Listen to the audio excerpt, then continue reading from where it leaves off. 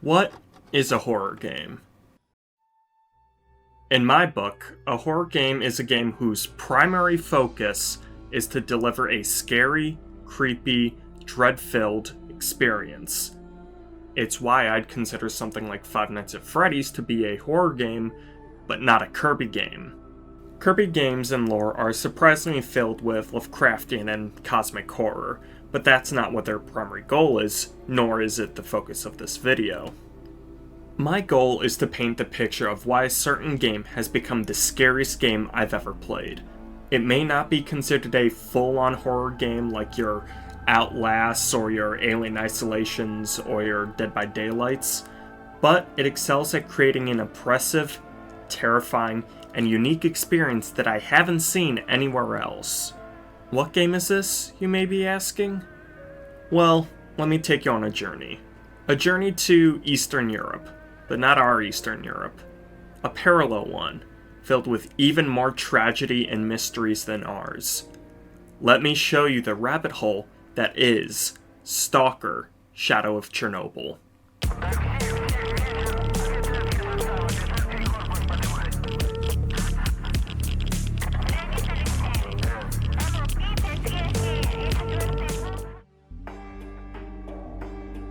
The truly unique thing about Stalker, however, is its gameplay. Yes, Stalker is an FPS game first and foremost. That being said, it doesn't play at all like your average shooter. It has an emphasis on realism and methodical gameplay. Think of it being more akin to something like Counter-Strike rather than Call of Duty. It has a slower general pace to gameplay and smaller bursts of combat, but each encounter requires consideration and strategic play. It feels more grounded and realistic, despite its sci-fi-esque, post-apocalyptic setting. If you run at a group of guys with guns, they will fill you full of lead in under a second. You can't treat this like some power fantasy a la Doom. You've got to take it step by step. You've got to use cover, check your corners, and not be an idiot. You've got to play this game smart. You've got to play it realistically. Just a side note, the cool thing about Stalker is that there's no tutorial that tells you to do this stuff. You just sort of figure it out. If you go in guns blazing, you're gonna die in your first enemy encounter. You'll learn that you need to use cover, you need to peek your corners, be wary of the enemy flanking you, and the list just goes on. None of this is told to you. You learn to do these things because it just makes sense, and that's the beauty of the gameplay loop. Everything about the gunplay and combat encounters makes sense and are fairly realistic. Now, you may be wondering how this translates to Stalker being the scariest game I've ever played. After all, I'm just rambling about things like the pace of the game and the gunplay. But that's exactly what I consider to be the best ally in Stalker's horror. The slow, methodical, and essentially realistic nature to its gameplay, and this game in general. To help illustrate what I'm about to talk about, I'm going to show you two clips of two different horror games. Again, these are games that, at their core, are trying to elicit feelings of fear or some equivalent emotion in the player. Don't worry, there won't be any jump scares, I just want you to determine in your mind which is more scary to you.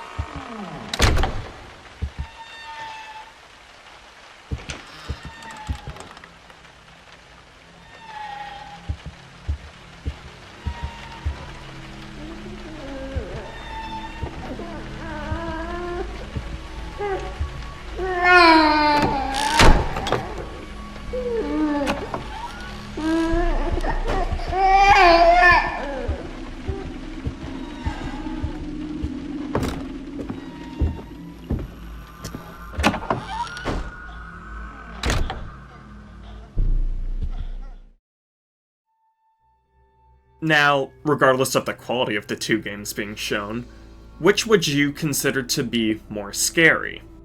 Probably the latter, right? I think the biggest factor in that is the art direction. PT went for a photoreal style and executed it masterfully. To this day, it's one of the most realistic games I've ever seen.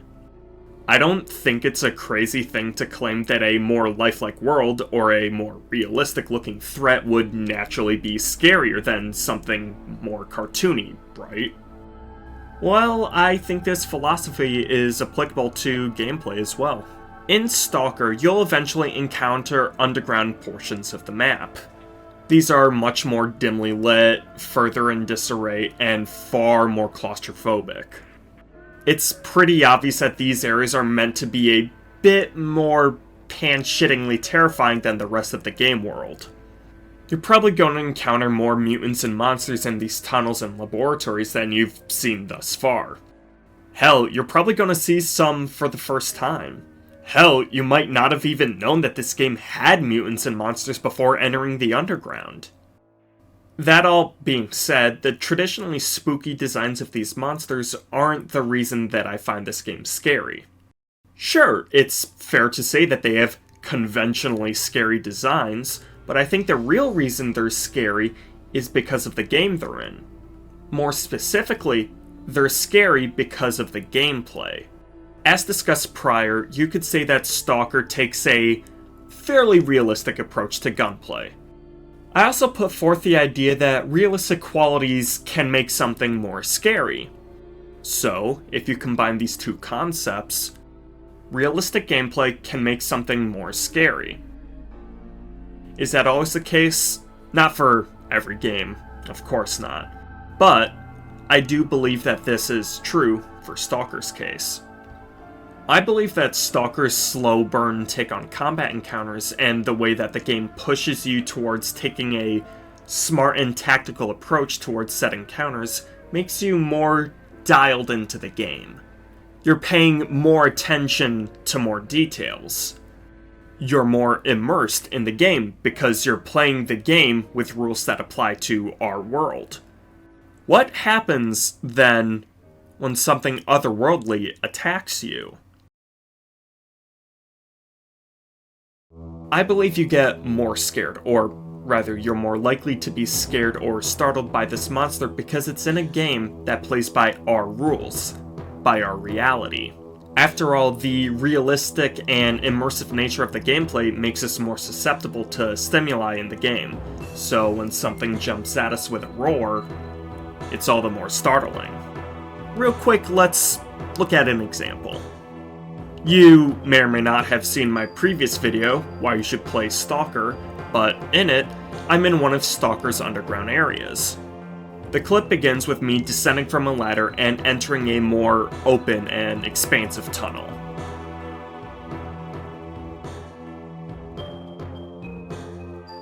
First thing I do is look around for enemies, but then I spot a bathroom. As I run over there, I hear monsters growl and see something jump down from an area that I didn't see before. Assuming that it was going for me, I run into the bathroom. You can see my panic in the way my view shakes. That's a classic when it comes to the Stalker.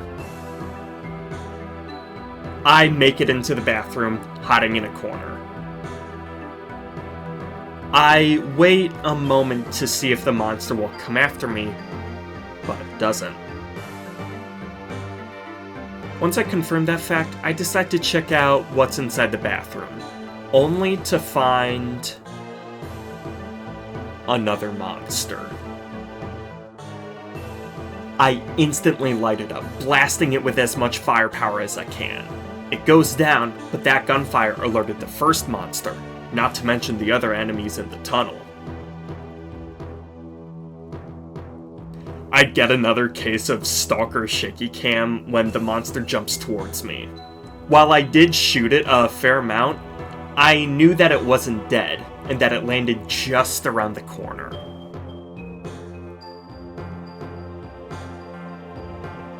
I know that it's just around the corner, and that if it gets too many good hits on me, I'm dead. I switch to my shotgun and move forward. 3 shotgun blasts and it's dealt with, but man, was that stressful. So, this was pretty spooky, right? I was playing smart, but I didn't see that first monster, so I ran to the bathroom that I assumed was safe. I didn't fire my gun at first. I played it slow, which lulled me into a false sense of security once I believed I was safe. Once I found that second monster, though, I instinctively killed it. But that then made this situation worse.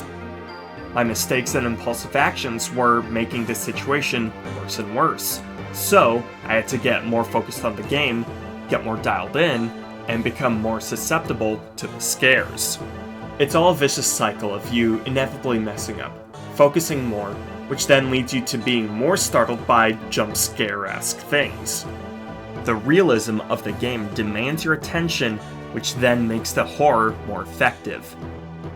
Now, I've been wanting to talk about this in a video for quite some time, and I think this is finally appropriate, but you might have noticed how I've danced around calling jump scares scary.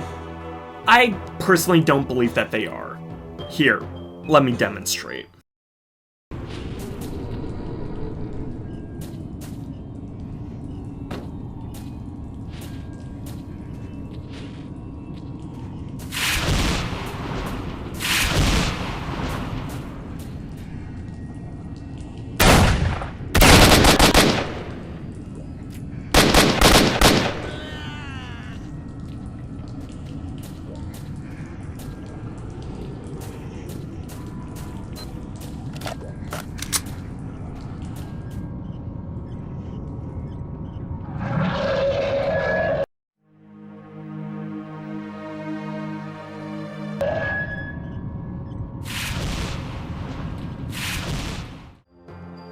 This is scary. It's claustrophobic. It plays into your dread about what's around the next corner, and it just has a terrific atmosphere. It typically builds up to an enemy encounter, which honestly isn't scary or even startling most of the time, but it still keeps that palpable tension going. This is especially true if you're low on health or, God forbid, ammo. For the reasons I've discussed, these areas, for me, have the most tension in any game I've ever played. I legitimately dread finding underground areas in Stalker now. Point being, I consider these areas to be pretty damn scary.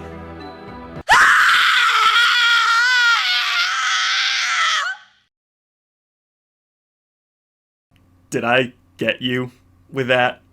If I did, first off, I apologize, but I'd first say that you probably weren't scared by the pop-up itself, you were startled by it. I've personally never believed that isolated jump scares are scary. It's the build-up before them that makes them scary. It's the build-up of tension where you know something startling is coming, but you don't know when it's coming, or potentially what might startle you. To illustrate my point, I'm going to tell you a fact. In the remaining portion of this video, there will be another jump scare. I'm not going to tell you when it's coming, just that there will be one more jump scare. So, with that in the back of your mind, I hope you've started to understand why I consider Stalker to be such a scary game. It's a masterful example of building tension that doesn't get released all at once like a jump scare would. Shadow of Chernobyl is an amazing game that you should give a try if you don't mind a bit of quote-unquote slofjank. Not just for the horror, but for the rest of the experience. Like I said before, the gunplay is just amazing. I've never seen a game handle power progression quite like how Stalker did. It starts you out with a terrible gun, which is similar to how something like Silent Hill will have a clunky, archaic combat system. Even if you can fight back, there's no guarantee you'll come out unscathed. It's quite the opposite, actually. You'll probably miss a ton of shots, get shot a bunch, and probably die a couple times. As you progress through the game, though, you start to find better guns that aren't pea shooters, that can aim, that have attachments. You begin to feel more powerful, more experienced. You don't get to Doom levels of power where you can storm a dungeon going guns blazing, but it's still an amazing progression system. It's why I said that the game is sort of like an RPG. You never level up or get bonuses, but the escalation of what you're capable of is just amazing. I genuinely love this game, and again, if this at all sounds interesting to you, please give it a shot. Normally it's like $20 on Steam, and it drops to like $10 or so on sales. Totally worth it though at any price you can find it. Also, it's been a while since I've done a video essay. I've wanted to make a video like this for quite a while, but my friend Sock was the one to give me the final push to make this video. Shoutouts to him. If this video does well, or maybe even if it doesn't, I might make more videos like this. Just talking about horror things that I love. Scary shit is fun for me to experience, and I love to put people onto the things that I love. Seeing people get invested in the things that I recommend is one of the most gratifying things in the world for me. I'd love to put more people onto things like Twin Peaks, which has become my favorite show of all time, or my favorite horror movie that 99.99% of you probably have never heard of.